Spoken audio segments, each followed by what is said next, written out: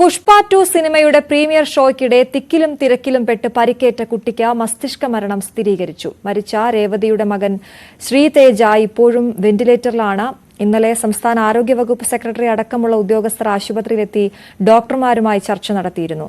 VR കാർത്തിക്കാണ് ചേരുന്നത് വിവരങ്ങളുമായി. കാർത്തിക്, അത്യന്തം ദുഃഖകരമായ വാർത്തയാണ്. അമ്മ നേരത്തെ മരിച്ചിരുന്നു. ഇപ്പോൾ ആ കുട്ടിയുടെ മരണവും മസ്തിഷ്ക മരണവും സ്ഥിരീകരിച്ചിരിക്കുന്നു. എന്തൊക്കെയാണ് വിവരങ്ങൾ?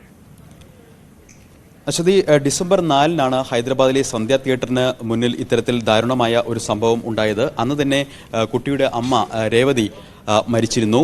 ഈ കുട്ടിയും അമ്മയ്ക്കൊപ്പം കുഴഞ്ഞു വീഴുകയായിരുന്നു.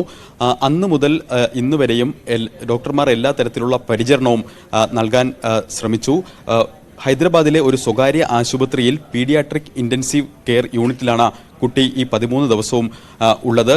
ആദ്യം മുതൽ തന്നെ വെന്റിലേറ്ററിൻ്റെ സപ്പോർട്ടിലായിരുന്നു ജീവൻ നിലനിർത്തി പോകുന്നത്. ഇപ്പോഴും അങ്ങനെ തന്നെയാണ് കാര്യങ്ങൾ.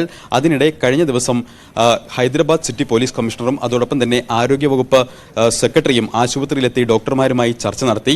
ഈ ചർച്ചയ്ക്ക് ശേഷം പുറത്തിറങ്ങിയ ഹൈദരാബാദ് സിറ്റി പോലീസ് കമ്മീഷണറാണ് ഇത്തരത്തിൽ കുട്ടിയുടെ നില ഗുരുതരമായി തന്നെ തുടരുകയാണെന്നും ബ്രെയിൻ ഡെത്ത് ഡോക്ടർമാർ സ്ഥിരീകരിച്ചു എന്ന വിവരവും മാധ്യമങ്ങൾക്ക് മുൻപാകെ അറിയിച്ചത്.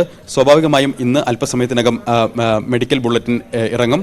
ആ മെഡിക്കൽ ബുള്ളറ്റിനായിരിക്കും ആരോഗ്യ വിവരങ്ങൾ സംബന്ധിച്ച കൂടുതൽ വ്യക്തതകൾ വരിക. എന്തായാലും കുട്ടിയുടെ നില അതീവ ഗുരുതരമായി തുടരുകയാണ്. ശ്രീതേജ 9 വയസ്സ് മാത്രമാണ് പ്രായം. അതുകൊണ്ട് തന്നെ സാധ്യമായ എല്ലാ ചികിത്സയും നൽകുന്നുണ്ട് എന്ന് ആശുപത്രി അധികൃതരും അതോടൊപ്പം തന്നെ ചികിത്സാ സഹായം അടക്കമുള്ള കാര്യങ്ങളിൽ തെലങ്കാന സർക്കാരും എല്ലാ സഹായവും നൽകും എന്ന് വാഗ്ദാനവും ചെയ്തിട്ടുണ്ട്. അതിനിടെ മറ്റൊന്ന് അശ്വതി, 11 വീഴ്ചകൾ ചൂണ്ടിക്കാട്ടി ഈ തിയേറ്റർ ഉടമയ്ക്ക് നോട്ടീസ് നൽകിയിട്ടുണ്ട് ഹൈദരാബാദ് പോലീസ് എന്നതാണ് ഏറ്റവും ശ്രദ്ധേയം. അതായത് തിരക്ക് മുൻകൂട്ടി കണ്ട് വേണ്ടത്ര മുന്നൊരുക്കങ്ങൾ നടത്താൻ തിയേറ്റർ മാനേജ്മെന്റിന് കഴിഞ്ഞില്ല എന്നാണ് ഈ നോട്ടീസിൽ പ്രധാനമായും ചൂണ്ടിക്കാണിക്കുന്നത്. ഡിസംബർ 12 ഡേറ്റിട്ടുള്ള നോട്ടീസാണ് നൽകിയത്. 10 ദിവസത്തിനുള്ളിൽ ഈ നോട്ടീസിന് വിശദമായ മറുപടി തിയേറ്റർ മാനേജ്മെന്റ് നൽകണം. ഈ മറുപടി തൃപ്തികരമല്ലെങ്കിൽ തിയേറ്ററിന്റെ ലൈസൻസ് അടക്കമുള്ള കാര്യങ്ങൾ റദ്ദാക്കുന്ന കടുത്ത നടപടികളിലേക്ക് പോകും എന്നാണ് ഹൈദരാബാദ് പോലീസ് വ്യക്തമാക്കുന്നത്.